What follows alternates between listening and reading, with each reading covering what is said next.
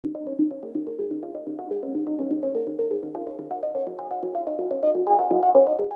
Jarvis. Hi, nice to meet you. Thank you for having me. Nice to see you today. And we have some questions. What do you think about this year? So, this is the main event of the year for the telemedia industry to come together. Um, we've been very well supported, as always, by the global mVas industry, DCB industry, and so we're very happy with the results. Of course, we're concerned about the situation in the Middle East, which has meant that some of our, Lebanese customers have not been able to come this year, which is a great shame. Also, there seem to be some visa issues from Russia and from India into Schengen. But these things happen when you run trade shows. There's always some obstacles. But I suppose, if anything, it means that our decision to launch an event in Dubai in May, on the 11th, 12th and 13th of May next year, gives everyone another opportunity to get together with a big focus on the Middle Eastern market. So, everything in mVas is wonderful, but we're missing a few friends. At the Telemedia conference, what were some key takeaways from mVas, the description that you found inside? Well, of course, there's a number of issues really when it comes to mobile subscription. Firstly, we're in the hot markets, we're in the hot territories. And secondly, our subscription services being supported by the mobile operators in those territories. I think one of the key takeaways is that when you get a region and you get an MNO that understands the importance of generating, telemedia or mVas traffic, and where they play a big part in this partnership in the telemedia value chain, then you have real success story. We're hearing some very good stories coming out of particularly North Africa at the moment, where mVas has really started getting traction. Obviously, we've stopped talking about developing markets now. We're talking about evolving markets. A number of our clients have identified some very important and very profitable territories in Africa, numerous countries in Africa, and of course the Middle East. Despite the issues, the Middle East is a very exciting region as well.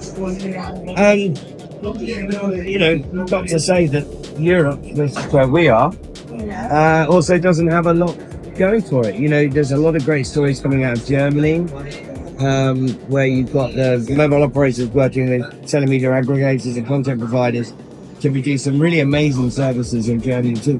So I think, after COVID, the customer base became very much more energized. The telemedia industry was kind of waiting for that to happen. And as far as we're concerned, the future for our industry and for our sector is very bright. Yeah. What role do conferences like Telemedia play in shaping discussion around mVas subscription? What do you think about that? So, obviously I run the show, so I'm going to say it's essential. It's completely essential. The telemedia industry it's always been a kind of cross-border commercial environment. The only way that you can do business in this industry is by getting face-to-face with your customers and with your partners, right? It's essential. Because not only do you need to be able to understand the commercial realities of an agreement or a deal or an opportunity, but you also need to have a relationship. You need to see the whites of their eyes. You need to have some trust. And events like this are the only way that you can ever truly cement those kind of relationships and ensure that those deals are watertight and they're secure and that are going to continue to be profitable in years to come. You can't do it over Zoom. You can't do it over a phone call. You need to be in the same space. And so Of course, I would say that trade shows are an absolutely essential part of every company, whether you're a billing company or a content company. You have to come to the show, you have to make friends, you have to sit down, you have to hang out, and you have to, get face to face with your customer.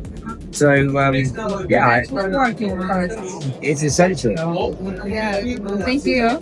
What do you think? What role AI and machine learning will play in mVas?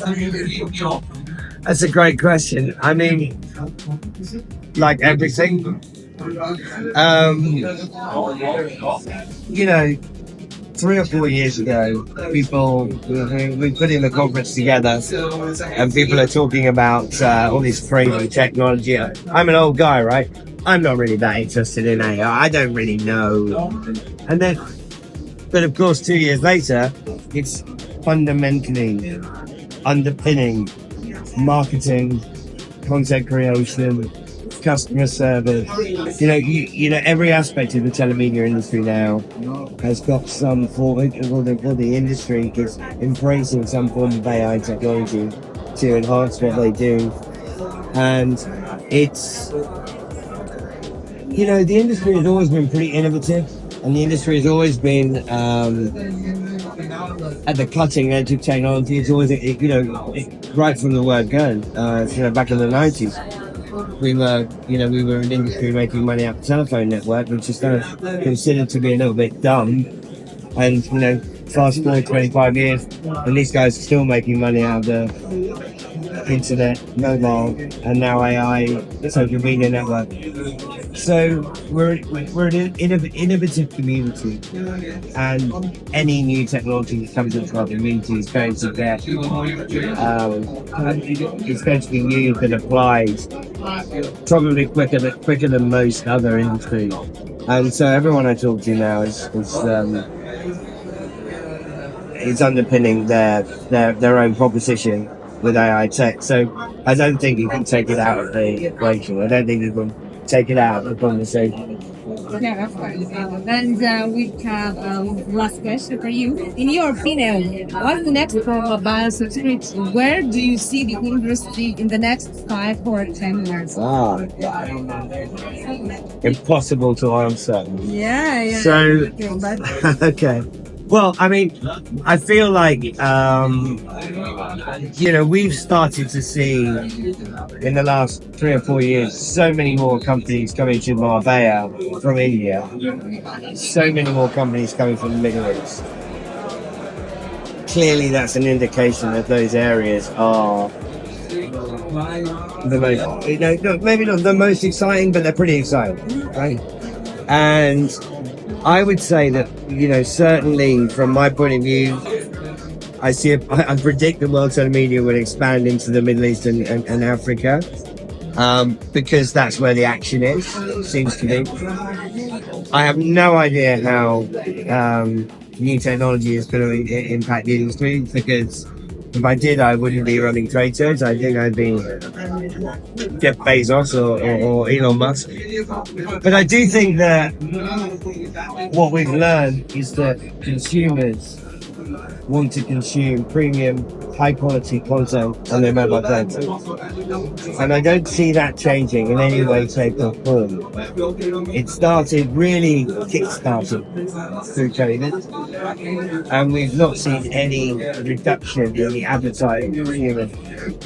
Especially when you think, we were talking about, Gen Zs. Gen Zs are pretty old now. There's a lot of new consumers going on board every single day. They want high quality content. They want to trust the providers that they want to subscribe to. They want easy payments, and they're going to be relying more and more and more on their phones to receive not only entertainment services, but also a much wider range of services like healthcare, like education. And if you've gone back 10 years, you never have said that. It was always very simple games, bit of video, whatever. So I see the content market expanding hugely, and I see it expanding hugely into areas that I can't understand. I'm an old man, but there's a big young consumer group out there that are really looking forward to companies like yours delivering really cool high-tech services to their phones in a way and offering them a way to pay extremely. Well, I think from what I see around me, that's going to happen. So, more down to you than me. Yeah, of course. Thank you so much for the interview. And we have a secret question for you. Oh, no. What do you think about the Golden Goose? What do you think about it? Golden Goose are my favorite customer. No, listen, I mean, what we love to see companies that really make a big effort to market their brand properly, and Golden Goose and the marketing team of Golden Goose do an amazing job. So we're very grateful for you putting in the effort, but I think hopefully it pays off for you as well. Okay, and we have present for you. Oh my! Is it a Rolex? That's your present. Thank you.